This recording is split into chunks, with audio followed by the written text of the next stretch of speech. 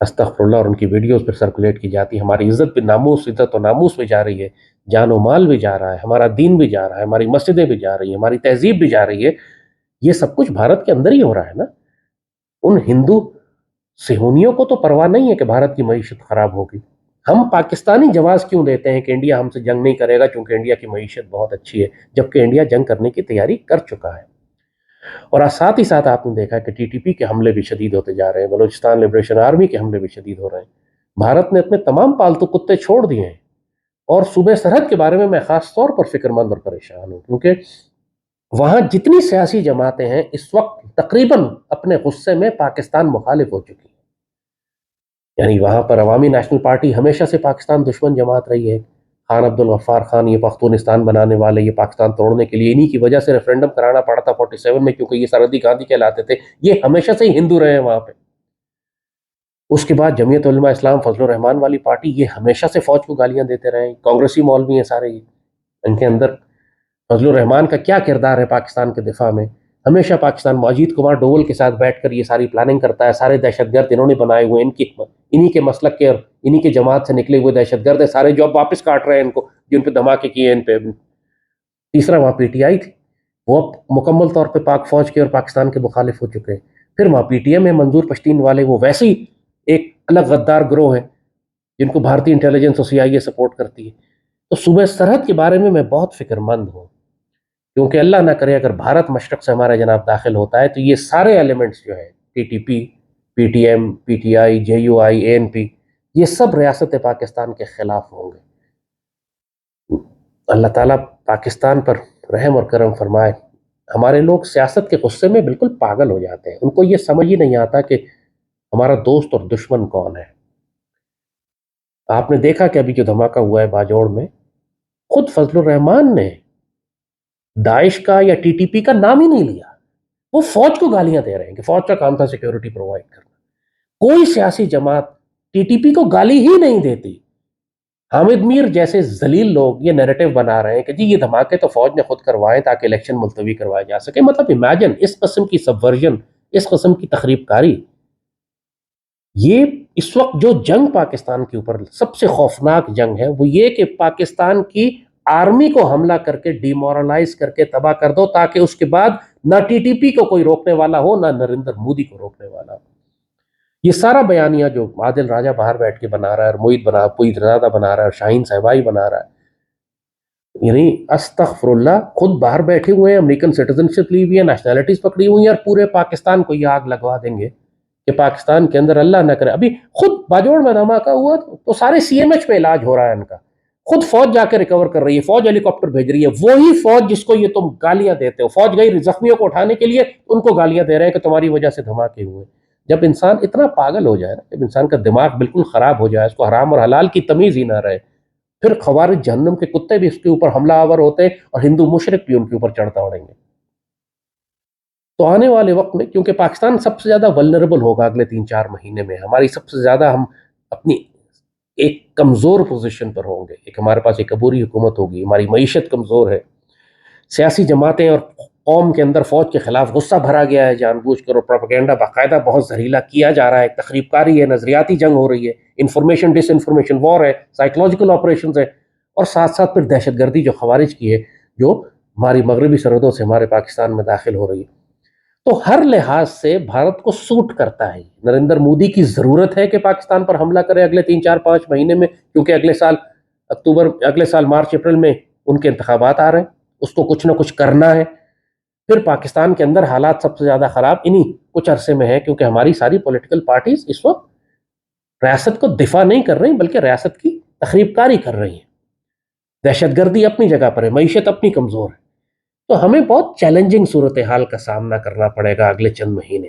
پاکستانی قوم کو ہوشیار رہنا پڑے گا. اللہ کرے کہ دشمن ہمارا خوفزدہ ہو جائے، ذلیل و خوار ہو، رسوا ہو. لیکن ابھی تک کے جو حالات ہیں، اس کی ڈپلائمنٹ، اس کے ارادے، اس کے ہتھیار، اس کی پلاننگ، وہ سازشیں جو پاکستان کے اندر کر رہا ہے، سب ایک ہی بات کی طرف اشارہ کر رہی ہیں کہ اگلے 4-5 مہینے ہمارے لیے بھارت کی جانب سے شدید خطرات ہوں گے. آف کورس بھارت کے اندر جو مسلمان ہلاک ہو رہے ہیں، شہید ہو رہے ہیں، تباہ و برباد کیے جا رہے ہیں، عیسائی مارے جا رہے ہیں، وہ سب فساد اپنا چلتا رہے گا. لیکن ہمیں بہت زیادہ محتاط رہنا پڑے گا بھارت کے ساتھ ایک خوفناک تصادم کے لیے، اور اگر ظاہر ہے کہ وہ ہوتا ہے اور وہ پلان کرتے ہیں، پھر وہ جنگیں ہماری سرحدوں کے اندر لڑی جائیں گی، اور ہمارے سارے شہری علاقے سرحدوں سے بہت نزدیک ہیں، مشکل ہو جائے گی ہمیں۔ اس کے لیے ذہنی طور پر اپنے آپ کو تیار کریں، تیاری کریں، پاک فوج کی مدد کریں، پاک فوج کی پشت میں خنجر نہ ماریں، یہ نہ کہیں کہ میں چورن بیچ رہا ہوں صرف فوج کی عزت بنانے کے لیے۔ یہ جینوئن تھریٹ ہے۔ جب بھارتی فوجیں آئیں گی یا ٹی ٹی پی جب خود کش حملے کرے گی پاکستان کے اندر، پھر وہ آپ کا مسلک اور آپ کا فقہ اور آپ کا فرقہ اور آپ کا صوبہ نہیں دیکھے گی، وہ آپ کو اس لیے مارے گی کہ آپ پاکستانی ہیں، چاہے آپ فوج سے نفرت کریں یا پیار کریں، مارے آپ پھر بھی جائیں گے۔ بہتر ہے کہ پاک فوج کے ساتھ کھڑے ہو جائیں۔ یہ ہمارے خطے کی صورتحال ہے۔ اب چلتے ہیں تھوڑا سا یوکرین کی جانب۔ جب یوکرین کی جنگ شروع ہونے والی تھی تو پوری دنیا میں لوگ کہتے تھے جی روس صرف بلف کر رہا ہے، تھریٹ کر رہا ہے، حملہ تو کرے گا ہی نہیں، جیسے انڈیا کے بارے میں آج لوگ کہہ رہے ہیں کہ جی وہ جنگی تیاریاں اربوں روپے ڈالر جو خرچ کر رہا ہے، اسلحہ خرید رہا ہے، وہ تو صرف پاکستان کو ڈرانے کے لیے، اس کی تو معیشت بہت اچھی ہے، وہ تو حملہ ہی نہیں کرے گا۔ یہ پاگل جب ہوتے ہیں نا لوگ، تو ان کا دماغ خراب ہوتا ہے، they can't see what is happening, اپنی طرف سے اپنی خوش فہمیاں بنا کر اپنی طرف سے اس کو حقیقت سمجھنے لگتے ہیں۔ تو یہی ہوا، یوکرین یہی سمجھ رہا تھا، روس نے حملہ کر دیا۔ پھر جب ہو گیا حملہ، چند دن چلے گی اور ختم ہو جائے گی، 6-7 دن کی، ایسے کچھ نہیں ہوتا، یہ ڈرا رہے۔ آج 16 مہینے ہو گئے اس جنگ، اور اس 16 مہینے میں 1 کروڑ سے زائد یوکرینین ملک چھوڑ کے جا چکے ہیں۔ 10,000 یوکرینین تقریباً ہر مہینے ہلاک ہو رہے ہیں۔ ان کے پاس لڑنے والے لوگ ہی ختم ہو گئے۔ اب وہ مینٹل ہاسپٹل سے، پاگل اسپتالوں سے مریض نکال نکال کر بھیج رہے ہیں محاذ جنگ کے اوپر، کہ وہ اور کچھ نہیں کرے گا تو کم از کم فوجیوں کو کھانا کھلا دے گا یا خندق کھود دے گا، چیز اٹھا کے یہاں سے وہاں لے جائے گا۔ مطلب یہ حالت ہو گئی ہے یوکرین والوں کی اس وقت۔ پوری دنیا سے مرسنریز آ کے لڑ رہے ہیں، ہزار ڈالر ڈیلی مل رہا ہے لوگوں کو وہاں لڑنے کے لیے جا کے، کولمبیا سے تو ساؤتھ امریکہ سے تو کہاں سے لوگ جا کے، ہم پرائیویٹ ملٹری کانٹریکٹرز جو بلیک واٹرز، نیکسی، یہ سب وہاں پہ لڑ رہے ہیں جا کے، جس طرح ویگنر ہے جو روس کی طرف سے لڑ رہی ہے۔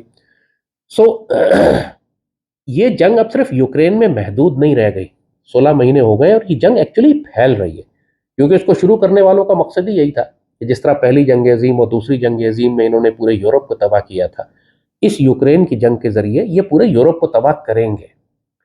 لوگ کہتے ہیں مغرب کیوں اپنے آپ کو تباہ کرے گا؟ کیوں؟ پہلی جنگ عظیم میں تباہ نہیں کیا تھا اس نے، دوسری جنگ عظیم میں نہیں کیا تھا۔ جو جنگ کروانے والے ہیں وہ عیسائی دنیا کے بھی خلاف ہیں، جس طرح وہ مسلمانوں کے خلاف ہیں، جیسے مڈل ایسٹ کو تباہ کیا انہوں نے، ویسے وہ عیسائی دنیا کے بھی خلاف ہیں، کیونکہ جو یہ جنگیں کروا رہے ہیں نہ وہ عیسائی ہیں نہ وہ مسلمان ہیں۔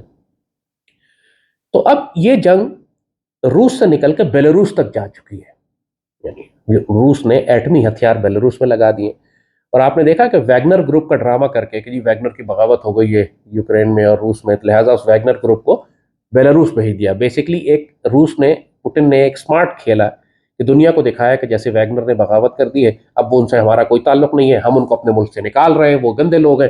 گندے لوگوں کو بھیج دیا بیلاروس اور ان کو لگا دیا پولینڈ کی سرحد کے ساتھ، اور پولینڈ ہے نیٹو کا ملک، اور اب پولینڈ کی جان نکلی ہوئی ہے کہ جی یہ ویگنر جو ہے پولینڈ میں داخل ہو جائے گا، اور آج ہوا بھی یہی ہے کہ ویگنرز کے ہیلی کاپٹرز جو ہیں انہوں نے کراس کر کے پولینڈ کی فضائی حدود، پرووکیشن شروع ہو گئی ہے۔ اب اس جنگ کو یہ پولینڈ کی طرف لے جا رہے ہیں، اور پولینڈ سے اگر جنگ ہوتی ہے تو پھر وہ نیٹو کا وہ آرٹیکل ایکٹیویٹ ہو جاتا ہے کہ اگر ایک ملک پہ حملہ ہوا تو سارے ممالک پہ حملہ تصور کیا جائے گا۔ ان دا مین ٹائم یوکرین والے جو ہیں وہ ایک ایٹمی ریئیکٹر ہے یوکرین میں، وہ اس کو تباہ کرنا چاہ رہے ہیں تاکہ یہ الزام لگایا جائے روس پہ کہ روس نے ایٹمی ہتھیار، یہ ڈرٹی بام کا استعمال کیا ہے، نیوکلیر ریئیکٹر تباہ کر دیا، اسے تابکاری پھیل گئی ہے، لہذا پوری دنیا مل کے روس کو مارے۔ سو بہت بڑی بڑی طاقتیں ہیں جو اس جنگ کو پھیلانے کی کوشش کر رہی ہیں، اور یہ لوگ اپنے ملک میں تو جنگیں کر ہی رہے ہیں، اب پراکسی وار دوسرے ملکوں میں داخل ہو گئی ہیں ان کی۔ یوکرین نے پچھلے کئی دنوں سے مسلسل ڈرون حملے شروع کر دیے ہیں ماسکو پہ، ماسکو کی جو گورنمنٹ بلڈنگز ہیں، عمارتیں ہیں، ان پر ڈرون حملے ہو رہے ہیں۔ ظاہر ہے یہ بھی ایک بہت بڑی پرووکیشن ہے کہ اگر جنگ جو ہے وہ ماسکو تک پہنچ گئی ہے تو ظاہر ہے وہ ریٹیلیٹ بھی کریں گے پھر اسی طرح کیف کے اوپر یا ان تمام جگہ پہ کہ جو جن کو وہ سمجھتے ہیں کہ یہاں سے یہ لانچ کیے جا رہے ہیں حملے۔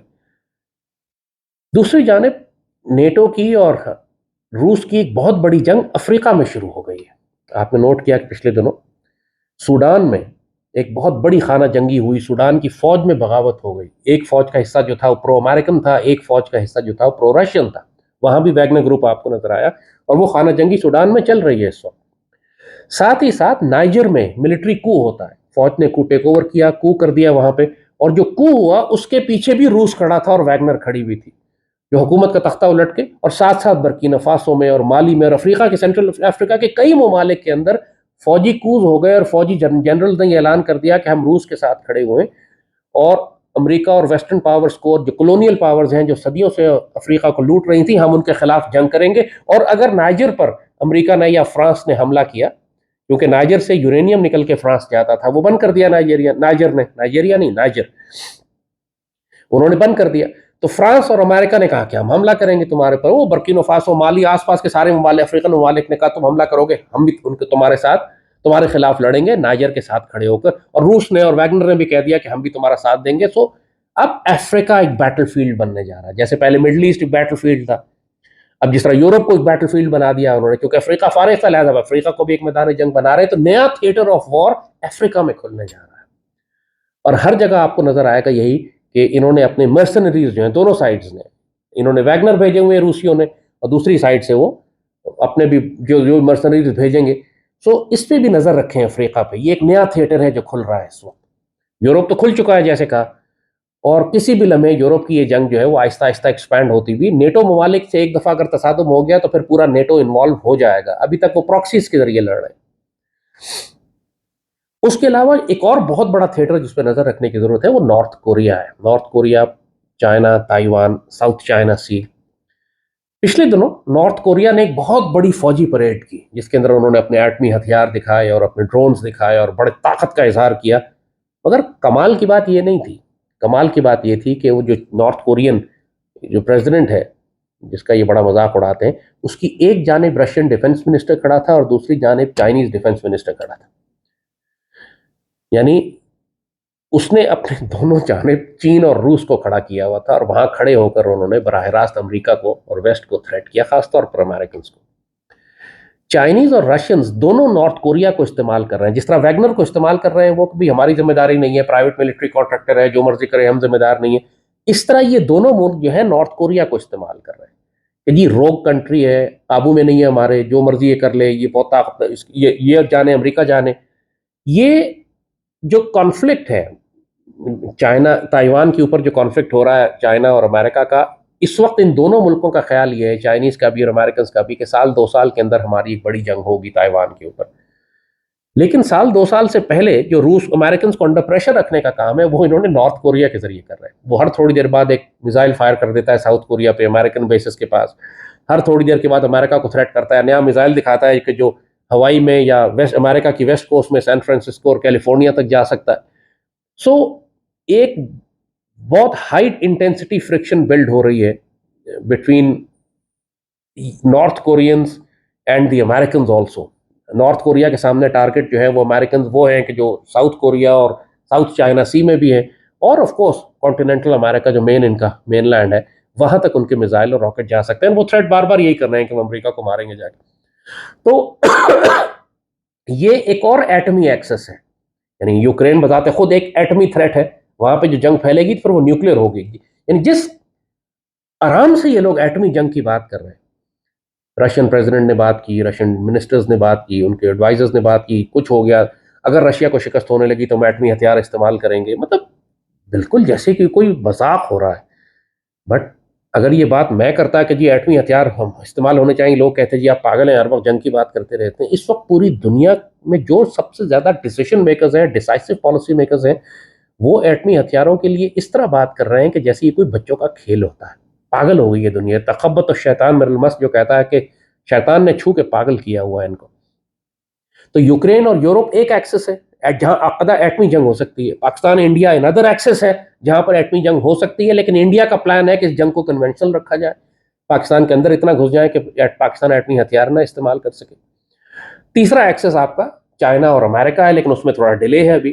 لیکن چوتھا ایکسس جو ہے وہ نارتھ کوریا اور امریکہ ہے, جس کو وہ باقاعدہ ایک روگ سٹیٹ کہہ کے آپ, وہ کسی وقت کسی پاگل آدمی ہے اس نے جنگ چھیڑ دی, میزائل فائر کر دیا, وہ امریکہ اس کا الزام چائنا یا روس پہ تو نہیں ڈال سکے گا, وہ تو نارتھ کوریا کے ساتھ ہوگا. وہ ایک الگ ایکسس ہے. اور پھر افریقہ کے اندر ایک پوری, یہاں ایٹمی تھریٹ نہیں ہے افریقہ میں, لیکن سول وار بہت شدید ہوگی. جس طرح سوڈان میں آپ نے دیکھا کتنی شدید لڑائی ہوئی, کیونکہ فوج کے اندر ہی بغاوت کروا دی رشینز نے, اور امریکنز نے. تو یہی سب کچھ اب افریقہ میں ہونے جا رہا ہے. کئی ممالک کے اندر آپ کو نظر آئے گا بلاکس بننے لگیں گے, فوجوں میں بغاوت ہوگی, خانہ جنگیاں ہوں گی, کئی ملک ایک دوسرے کے ساتھ مل کر. تو یہ new battlefield has been opened in Africa. اس پر نظر رکھیے گا, ہم آپ کو اپڈیٹ کرتے رہیں گے جو ڈیولپمنٹس ہو رہی ہیں وہاں. So this is where we stand today. Generally ہم نے آپ کو پوری دنیا کی ایک تصویر دکھا دی. ایک امپورٹنٹ چیز جو ضروری ہے نیو ورلڈ آرڈر اور گلوبل ریسیٹ کے حوالے سے, انہوں نے کووڈ کے جو ڈرامہ کووڈ کا کیا, پوری دنیا کو تباہ کیا, لاک ڈاؤنز لگائے, ٹریول ریسٹرکشنز لگائیں, پابندیاں لگائیں کہ آپ زہریلے ٹیکے لگائیں گے. وہ ایک لاک ڈاؤن انہوں نے کیا ایک بہت میسو اسکیل کے اوپر. دنیا انسانی تاریخ میں کبھی اتنا بڑا جھوٹ اور اتنا بڑا ڈرامہ کبھی نہیں کیا گیا تھا جو کووڈ پہ انہوں نے کیا. اب اس کے بعد یہ اس کا پارٹ 2 لے کر آ رہے ہیں, کلائمیٹ چینج کے نام, ماحولیاتی تبدیلی, کہ یہ دنیا کا ماحول خراب ہو رہا ہے, لہٰذا لوگوں کو ٹریول کرنے پہ پابندی لگا دی جائے. ایسے شہر بنا دیے جائیں کہ جہاں وہ صرف 15 منٹ تک کا سفر کر سکتے ہیں, یعنی 1-2 کلومیٹر جا سکتے ہیں, اس کے بعد آپ اس سے باہر نہیں جا سکتے. لوگوں کو مجبور کیا جائے کہ وہ سفر کم کریں. جو اگر وہ زیادہ کاربن استعمال کر رہے ہیں, یعنی کوئی ایسی گوشت کھا رہے ہیں یا ایسی چیزیں کر رہے ہیں بقول ان کے جس سے کاربن زیادہ استعمال ہوتا ہے, تو لوگوں پہ ٹیکس لگایا جائے. لوگوں کی ڈیجیٹل آئی ڈیز ہوں, سینٹرل بینک ڈیجیٹل کرنسیز ہوں, لوگوں سے کیش لے لیا جائے تاکہ آپ کوئی ٹرانزیکشن کیش پہ نہ کر سکیں, آپ سب کچھ ڈیجیٹل کرنسی کے تھرو کریں. حکومت جب چاہے گی ڈیجیٹل کرنسی بند کر دے گی, اس کی ایکسپائری ڈیٹ ہوگی. آپ ایک کوکا کولا کی بوتل بھی خریدیں گے تو حکومت کو پتا ہوگا کہ آپ نے کیا خریدا ہے, کیونکہ آپ نے ڈیجیٹل کرنسی سے پیمنٹ کی ہوگی. یہ پورا نظام پوری طاقت کے ساتھ یہ دنیا میں نافذ کر رہے ہیں. ساتھ ساتھ اس کا سب سے بڑا ماڈل جو ہے وہ چائنا کے اندر ہے. چائنا کے اندر اس کو فل ٹیسٹ کر کے, ایکسپیریمنٹ کر کے, سپر سرویلنس اسٹیٹس, یعنی ایسا کہ کوئی انسان اس کی زندگی کا کوئی پہلو خفیہ نہ ہو. لاکھوں کیمرے لگے ہوئے, جہاں بھی آپ جاتے ہیں آپ کی تصویر کھنچتی ہے. ایک ایک چیز حکومت کو پتا ہے کہ آپ کہاں گئے, کس گلی میں گئے, آپ نے کیا خریدا. اور اگر آپ ٹھیک بیہیو نہیں کر رہے ہیں تو آپ دکان سے آلو بھی نہیں خرید سکتے, سبزی بھی نہیں خرید سکتے, ڈبل روٹی بھی نہیں خرید سکتے, کیونکہ آپ کا کریڈٹ کم ہے, آپ اچھے شہری نہیں ہیں, آپ ایئر ٹکٹ نہیں خرید سکتے, بس کا ٹکٹ نہیں لے سکتے. یہ آلریڈی اس وقت چائنا میں ہو رہا ہے, اور یہی ماڈل اب یہ پوری دنیا میں نافذ کریں گے. یہ وہی نافذ کر سکتے ہیں یہ ماڈل جو ہائی ٹیک ورلڈ ہے. ہائی ٹیک ورلڈ ویسٹ ہے, یورپ ہے, چائنا ہے, نیوزی لینڈ, آسٹریلیا ہے. باقی دنیا میں ہماری یہ جو غربت اور پسماندگی ہے یہ ایکچولی ہمیں بچا لے گی. یہ بھی اللہ کا احسان اور کرم ہے کہ اس قسم کی ٹیکنالوجی ابھی پاکستان میں یہ نافذ نہیں آ رہے ہیں. اس طرح سیف سٹی پروجیکٹس آپ دیکھتے ہیں جہاں ہر جگہ کیمرے لگے ہوئے, لوگوں کی شکلیں ریکگنائز ہو رہی ہیں. ابھی پاکستان کے اندر بھی ڈیجیٹل کرنسیز لانے کی بات کر رہے ہیں, لوگوں کو مجبور کر رہے ہیں کہ کیش کم سے کم استعمال کریں, الیکٹرانک ٹرانزیکشن زیادہ کریں, الیکٹرانک بینکنگ, ڈیجیٹل بینکنگ زیادہ ہو رہی ہے. ایون موبائل فون, ہر موبائل فون کمپنی ایک بینک بن چکی. تو every transaction that you are doing is monitored. لیکن بہرحال اتنا نہیں ہے جتنا چائنا اور یورپ میں. تو نیکسٹ لاک ڈاؤن جو ہے وہ کلائمیٹ کے نام پر آئیں گے. کلائمیٹ چینج بالکل اسی طرح کا طوفان مچایا ہوا ہے. اور ایک بڑی مزے کی بات, ایک نیا ہوکس کھڑا کرنے جا رہے ہیں یہ, اور آپ ہنسیں گے اس بات کے اوپر, مطلب لگتی انسین بات ہے, پاگل پنے کی بات لگتی ہے, مگر ہائیسٹ لیول کے اوپر امریکن اسٹیبلشمنٹ اور ویسٹرن اسٹیبلشمنٹ اور یہی گلوبلسٹ جو ہے اس کو پروموٹ کر رہے ہیں. آپ کی ذہن سازی کی جا رہی ہے, آپ کو تیار کیا جا رہا ہے کہ اب آپ تیار ہوں کہ دیکھیں آئندہ ہونے کیا جا رہا ہے, اور وہ ہے ایلین انویژن. کہ خلا میں سے کوئی غیر خلائی مخلوق آئے گی اور وہ دنیا کو ٹیک اوور کر لے گی. باقاعدہ امریکن سینٹ کے اندر اس پر ہیئرنگز ہو رہی ہیں, باقاعدہ خبریں لیک کی جا رہی ہیں کہ جی ایلین انویژنز ہو رہی ہیں, ایلینز ہمارے پاس ہیں, ہمارے پاس باڈیز ہیں ایلینز کی کہ جو باہر سے آئے ہوئے ہیں اور دنیا پہ قبضہ کرنا چاہتے ہیں. ایک انسان سوچتا ہے یہ سائنس فکشن ہے, یہ کارٹون ہے, یہ ڈزنی لینڈ ہے, یہ کس قسم کی بکواس کر رہے ہیں یہ لوگ سارے, کہ جی ہم دنیا میں یہ جو کام کر رہے ہیں ہم کو ایلینز نے کہا ہے یہ سب کچھ کرنے کے لیے. انسان سوچتا ہے یار یہ ہی کانٹ بی سیریس. بلکہ اس دنیا کے سب سے سنجیدہ لوگ یہ باتیں بڑے سنجیدہ پلیٹ فارمز پر کر رہے ہیں, چاہے ایلون مسک ہو, چاہے وہ امریکن سینٹ ہو, چاہے وہ ان کا مین سٹریم میڈیا ہو, چاہے وہ ان کی ڈیفنس کمیٹیز ہوں, چاہے وہ ان کے CIA ایڈوائزرز ہوں, وہ سب ڈسکس کر رہے ہیں ایلینز کو. اب اس کے ذریعے یہ کون سا گیم کھیلنے جا رہے ہیں یہ اللہ بہتر جانتا ہے. آسمان سے کسی چیز کو نازل کریں گے, ایلین انویژن دکھائیں گے کہ جی کہ دنیا پہ ایلین انویژن ہو گئی, لہٰذا ہمیں مارشل لاء لگانا پڑے گا اس سے لڑنے کے لیے. کوئی نہ کوئی تھریٹ نے, جس طرح انہوں نے پہلے القاعدہ کا تھریٹ کریٹ کیا, وار آن ٹیرر کا تھریٹ کریٹ کیا, ویپنز آف میس ڈسٹرکشن کا تھریٹ کریٹ کیا, اور اس کے نتیجے میں انہوں نے پوری دنیا پر اپنا کنٹرول بھی کیا, جنگیں بھی نافذ کی, دنیا کو تباہ بھی کیا. اب ایک نیا تھریٹ یہ کریٹ کر رہے ہیں, وہ ایلین انویژن ہے. کمال ہے. ذہنی طور پہ ذرا تیار رہیے گا, اس پر جو بھی ڈیولپمنٹ ہوں گی ہم بتائیں گے آئندہ آپ کو. چند دنوں میں آپ کو خبر آئے گی کہ جی ہمیں کہ ایلینز نے حملہ کر دیا, لہٰذا حکومت نے مارشل لاء لگا دیا. اور آپ کو آسمان سے کچھ چیزیں بھی اڑتی ہوئی نظر آئیں گی، انہوں نے کوئی ڈرون اڑیں گے اور وہ کہیں گے جی یہ ایلین ایئر کرافٹس ہیں. Any thing can happen. یہ ذہنی طور پہ اب تیاری شروع کر دی ہے انہوں نے لوگوں کے لیے. انڈر نیتھ باقی دنیا میں جیسے کہا جو کووڈ کا مقصد تھا ان کا لاک ڈاؤن لگانے کے بعد گلوبل سپلائی چین ڈسٹرپٹ کرنے کا، قحط فیمن لانے کا، وہ کام اپنی جگہ پہ چل رہا ہے. انڈیا نے رائس ایکسپورٹ پر پابندی لگا دی کیونکہ پوری دنیا میں قحط آنے والا ہے، خوراک اچھے سمجھدار ملک اپنی خوراک جمع کر رہے ہیں. یو اے ای نے جو پہلے پوری دنیا سے چاول منگا کے ایکسپورٹ کرتے تھے انہوں نے بھی ایکسپورٹ پہ پابندی لگا دی. دنیا میں غلے کی شدید قحط کو کمی آنے والی ہے کیونکہ یوکرین سے جو غلے کی ایکسپورٹ تھی وہ ختم ہو گئی. تقریباً سارے غلے کے ذخائر جو رکھے ہوئے تھے وہ جل گئے، تباہ ہو گئے اس لڑائی کے اندر. اور جو ڈیل تھی کہ روس اور یوکرین دونوں اپنا غلہ ایکسپورٹ کر سکتے ہیں، وہ ڈیل کولیپس کر گئی. اس کے بعد جو جنگ شروع ہوئی تو وہ سپورٹ کو وہ بندرگاہ تھی جہاں سے سارا غلہ یوکرین کا ایکسپورٹ ہونا تھا، وہ سارا غلہ ہی تباہ ہو گیا کیونکہ وہ غلے نے جانا تھا یورپ اور روس نے اس بات کی اجازت نہیں دی کہ وہ غلہ یورپ جائے، لہٰذا اس کو انہوں نے تباہ کر دیا وہ معاملہ. لہٰذا اب صرف غلہ یورپ کے روس کے پاس رہ گیا، تھوڑی سی گندم ان کے پاس رہ گئی جو پوری دنیا کو دینے کے وہ قابل ہیں. جہاں جس ملک کو دیں گے، ظاہر ہے گندم بھی اب ایک ہتھیار کے طور پر استعمال ہو رہی ہے، جو ہمارے ساتھ ہے اس کو ہم گندم دیں گے ورنہ وہ بھوکا مرے.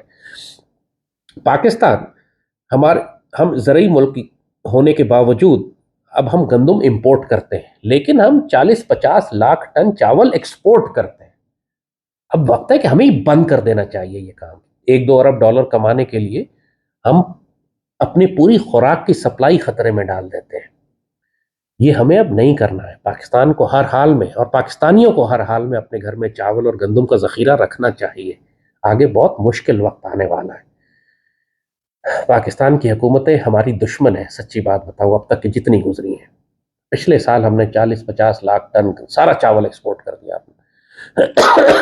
اب یہ جو پاکستان آرمی نے غلہ اگانے کا انیشیٹو شروع کیا ہے، یہ بہت شاندار کام ہے. سعودی عرب نے فنڈنگ کی ہے اس کے لیے $500 ملین. چائنا ٹیکنالوجی لے کر آ رہا ہے. پاکستان گورنمنٹ نے زمینیں دی ہیں، آرمی مینج کرے گی اس کی. 2.2 ملین ایکڑز، 22 لاکھ ایکڑ زمین پر غلہ اگایا جائے گا. ظاہر ہے چین اپنا حصہ تھوڑا سا لے گا، سعودی عرب لے گا، اس کے باوجود پاکستان کے لیے وافر ذخائر بچ جائیں گے ہمارے لیے. سب مل کے آپس میں جو ہمارے دوست ممالک ہیں وہ مل کے پاکستان کے اندر غلہ اگا رہے ہیں تاکہ سب اس سے فائدہ اٹھائیں. یہ بہت زبردست انیشیٹو ہے. یہاں بھی اگین جیسے آپ نے دیکھا وہی کمینے مذاق اڑانے لگ گئے کہ فوج اب کاشتکاری کرے گی اور کسان جو ہے ملک کا دفاع کریں گے. بکواس. ملک میں جب آٹے کی لائنیں لگتی ہیں اور قحط ہوگا کھانے کے معاملے میں اور مائیگریشنز ہوں گی اور بھوکے لوگ ادھر سے ادھر جا رہے ہوں گے اور خوراک نہیں ملے گی، اس وقت قدر آئے گی لوگوں کو کہ آرمی یہ انیشیٹو لے رہی ہے، اس کا کیا فائدہ. یہ اگر فوڈ سیکیورٹی نہیں ہے تو کوئی نیشنل سیکیورٹی بھی نہیں ہے. ایوب خان کو جب کہا جاتا تھا کہ جی ملک میں ہنگامہ ہے، فساد ہے، اکانومی خراب ہو رہی ہے، ان کا ایک ہی سوال ہوتا تھا کیا ملک کی فصلیں ٹھیک ہیں؟ کہتے جی فصلوں میں بڑا ماشاءاللہ غلہ بہت اگ رہا ہے، فصلیں ٹھیک ہے. ایوب خان کہتا پھر فکر نہ کرو، پھر پاکستان کہیں نہیں جاتا، فصلیں ٹھیک ہونی چاہیے. یہی معاملہ کہ ہماری فصلیں خراب ہو گئی، جینیٹکلی ماڈیفائڈ کراپس لگا کے بھی، پیسٹیسائڈ ڈال کے بھی ہماری بالکل آؤٹ پٹ ہی ہماری ختم ہو گئی. پھر لوگوں نے بڑے علاقے زمینیں بیچ دی اپنی، وہ اربن ایریاز کی طرف شفٹ کر کے چلے گئے، فارمنگ ختم ہو گئی. پھر سمگلنگ بہت زیادہ ہے، پھر چوری اور خیانت بہت زیادہ ہے. لوگ صرف سمگلنگ کا نام دیتے ہیں، ایسا نہیں ہے. جس طرح ملک میں گندم کے ذخیرہ جمع ہوتا ہے، بہت بڑی تعداد میں چوری ہو جاتی ہے، بہت بڑی تعداد میں ضائع ہو جاتا ہے، اس کو چوہے کھا جاتے ہیں، بہت بڑی تعداد میں ایکسپورٹ سمگل ہو جاتا ہے. ظاہر ہے کہ افغانستان یا آس پاس کے ملک وہ لوگ اتنا غلہ نہیں اگاتے کہ وہ ان کی ضرورت کے لیے کافی ہو. اور پاکستان ہی ایکچولی ہم چاہیں یا نہ چاہیں افغانستان کی ساری ضروریات پاکستان پوری کرتا ہے. ہمارا کپڑا بھی یہیں سے جاتا ہے، ہمارے ٹریکٹر اور مشینیں بھی اور کتابیں بھی اور کھانا پینا بھی اور جتنا بھی چیزیں ہماری سب پاکستان سے ہی وہاں جا رہی ہوتی ہیں. اس کے بغیر افغان گزارا نہیں کر سکتے.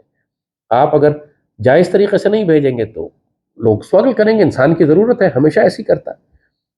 تو پاکستان کو جب بھی اپنا ذخیرہ کرنا ہے تو یہ رکھ کے کرنا ہے کہ ہم 22 کروڑ ہیں تو 1-2 کروڑ وہ ہیں، ان کا بھی ہمیں دھیان کرنا ہے، ورنہ جھگڑا پڑے گا اور لوگ خواہ زبردستی اس کو اسٹرگل کرتے رہیں گے. یہ سب کچھ پلاننگ اب ہمیں فوڈ سیکیورٹی کے حوالے سے اپنی سیریسلی کرنی پڑیں گی. پوری دنیا میں قحط آ رہا ہے، پوری دنیا میں یہ جانوروں کو قتل کر رہے ہیں، مار رہے ہیں لاکھوں کی تعداد میں گائے جانور. یہ بل گیٹس اور یہ سارا جو اکنامک وارفیئر جو ہو رہی ہے، جو گلوبل سپلائی چین ڈسٹرپٹ کر رہے ہیں، جو کلائمیٹ چینج کے نام کے اوپر یہ فوڈ سپلائی تباہ کر رہے ہیں تاکہ بل گیٹس کے بنایا ہوا آرٹیفیشل فیکٹری کا گوشت آپ کو کھلایا جا سکے، آپ کو نقلی دودھ پلایا جا سکے جو بل گیٹس کی فیکٹری میں بنتا ہے. تو ان ساری چیزوں کے لیے آپ کو کیڑے مکوڑے بگز کھلائے جائیں، جس کے اوپر اب چل رہا ہے کہ جی اب آپ انسان بگز کھائیں گے اور کیڑے کھائیں گے کیونکہ آپ کو بیف کھانے سے ماحول خراب ہو جاتا ہے. یہ سب کچھ مسلمانوں کو سمجھنا ہے. یہ وہ دجال کے فتنے ہیں جس کے بارے میں سیدی رسول اللہ نے فرمایا تھا. تمام نبیوں نے اپنی امت کو، اپنی امتوں کو دجال کے فتنے سے ڈرایا تھا. یہی ہے وہ دجال کا فتنہ جو پاؤں مارتا چلا آ رہا ہے. آپ کو کیڑے کھلائے جائیں گے، آپ کو جانور مار دیں گے، آپ کو بھوکا رکھیں گے، آپ پر جاسوسی کریں گے، آپ کے بچے قتل کر دیں گے. جو پوری دنیا میں جس طرح یہ چائلڈ ٹریفکنگ اور ہیومن اور آرگن ہارویسٹنگ اور بچوں کے آرگن، ان کے بچوں کے خون کے اندر سے ایڈونوکروم نکال کے یہ اپنے آپ کو جوان کرنے کے لیے اور زندگی کے لیے، استغفر اللہ العظیم، جو ظلم اس وقت یہ ناپاک اور پلیت لوگ کر رہے ہیں. اپنے بچوں کی حفاظت کریں. LGBT کا جو ایجنڈا انہوں نے لانچ کر دیا ہے پوری دنیا میں، اخلاقی طور پر پوری انسانیت کو تباہ کر دیں گے. چھوٹے چھوٹے معصوم بچے، اور پوری دنیا میں اب قوانین بن رہے ہیں، امریکہ تک میں قوانین بن رہے ہیں کہ اگر آپ نے بچوں کو یونیورسٹی اور اسکولوں میں LGBT کی تربیت نہیں دی تو بچے چھین لیں گے آپ سے. یہ پورے یورپ میں ہی بچے چھین رہے ہیں مسلمانوں کے. اب یورپ اور امریکہ میں رہنے والے مسلمانوں کے لیے زندگی حرام ہو جائے گی. یا تو LGBT کو ایکسیپٹ کریں یا بچے چھین کے لے جائیں گے آپ سے. بہتر ہے ہجرت کر لیں، واپس آ جائیں. اگر جو پاکستان آ سکتا ہے وہ پاکستان ہے. ظاہر ہے پاکستان تم لوگوں کا گھر ہے یار. یورپ میں تو، امریکہ میں تمہیں جس مقصد کے لیے تم گئے تھے اب دنیا بدل چکی ہے. وہاں پہ مارشل لاء لگیں گے، جنگیں ہوں گی، خانہ جنگی ہوگی، تمہارے بچے چھین کے لے جائیں گے. مشکل وقت دنیا کے لیے آنے والا، جیسے پہلی جنگ عظیم اور دوسری جنگ عظیم میں آیا تھا. ہمارے بڑوں نے، ہمارے باپ دادا نے پہلی جنگ عظیم دیکھی، ہمارے والدین نے دوسری دیکھی. ہم لوگ کی نسلیں اب شاید تیسری جنگ عظیم دیکھیں گی. ایک جنرل ہم نے آپ کو ایک انالیسس دے دیا ہے پوری دنیا میں جو خطرات ہو رہے ہیں. اور حقیقت یہ ہے کہ تمام کچھ دیکھنے کے بعد میں یہی کہتا ہوں کہ اللہ نے جو مسلمانوں کی کوئی پناہ گاہ اگر بنائی ہے تو وہ پاکستان ہے. خاص طور پر پاکستانیوں کے لیے یہ آپ کا ہوم گراؤنڈ ہے. یہاں پہ آپ کی فیملیز ہیں، جاننے والے لوگ ہیں، آپ کی زمینیں ہیں. ہم یہاں پر وہ کچھ کر سکتے ہیں جو دنیا میں ہم کہیں نہیں کر سکتے. یہاں پہ اپنا غلہ ہم خود اگا سکتے ہیں، اپنا جانور پال سکتے ہیں، اپنا ہتھیار رکھ سکتے ہیں. وہ مسلمان جو ہتھیار نہ رکھ سکے وہ کبھی آزاد نہیں رہ سکتا. اللہ کا شکر ہے کہ پاکستان میں ہمارا کلچر ہے ہتھیار رکھنے کا. ٹرائبل ایریاز ہوں یا بلوچ ہوں یا حر مجاہدین ہوں سندھ کے، ویسے بھی جنرل عوام الناس کے ہتھیار رکھنے کا ایک کلچر ہے. پوری دنیا میں کہیں آپ ہتھیار تو نہیں رکھ سکتے. اب دنیا کے کسی بھی ملک میں چلے جائیں وہ آپ کو چھوٹا سا چاقو پستول بھی نہیں رکھنے دیں گے. اور ظاہر ہے پھر جو مسلمان غیر مسلح ہے پھر وہی ہوگا اس کے ساتھ جو انڈیا میں مسلمانوں کے ساتھ ہو رہا ہے، جو کشمیر کی بیٹیوں کے ساتھ ہو رہا ہے. جو کچھ دنیا میں ہونے والا ہے پاکستان میں آ کے اپنے آپ کو سیٹل کریں، اپنے آپ کو بیس بنائیں. وقت لگتا ہے اپنے آپ کو سیٹل کرنے میں، بیس بنانے میں. پوری دنیا میں مشکل وقت ہے. یہ نہ کہ پاکستان میں مشکلات ہیں. آپ نے باہر کی مشکلات جو آئیں گی نا، یوکرین والوں سے پوچھیں کہ مشکلات کہتے کس کو ہے. بڑے سکون سے وہ یورپ کا ایک ملک تھا جو رہتا تھا. جب مشکلات آئیں تو دیکھیں آج یوکرین کا کیا حال ہے. کھنڈر بن چکے ہیں شہر، آبادی ساری مہاجر بنی ہوئی ہے یورپ میں، یا پکڑ پکڑ کے اس کو میدان جنگ میں بھیج رہے ہیں مرنے کے لیے. اللہ کا شکر ادا کریں اس تحفے کا جس کا نام پاکستان ہے، جس کو دیا. شکر کریں جب دیکھیں ہندوستان کے مسلمانوں کا کیا حال ہو رہا ہے. کوئی وجہ تھی کہ ہمارے بڑوں نے پاکستان بنایا تھا. وہ جو لوگ آج بکواس کرتے ہیں کہ پاکستان کیوں بنایا تھا، انڈیا میں رہتے ہم بہت سارے ہوتے. اب بہت سارے ہوتے تو بہت سارے مرتے. جتنے بھی ہوتے ہندو میجورٹی میں ہی ہوتے آپ سے. اور اسی طرح کرتے آپ کے ساتھ جو انہوں نے 75 سال کے بعد اب کیا کہ مسلمان کو چھوٹی سی چھری رکھنے کی اجازت نہیں ہے. اللہ کا احسان ہے یہ پاکستان، اس کی قدر کریں. انشاءاللہ جیسے جیسے حالات تبدیل ہوتے جائیں گے خطے کے پاکستان کے، ہم آپ کو آگاہ کرتے جائیں گے. ہماری باتوں کو غور سے سنا کریں، مذاق میں نہ اڑائیں. ورنہ جس دن اللہ تعالیٰ کی طرف سے سزا آئی، کوڑا لگا، اس دن بہت روئیں گے.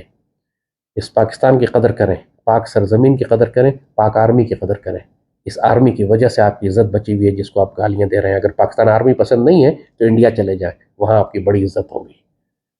اللہ پاکستان کا حامی و ناصر ہو. پاکستان زندہ باد.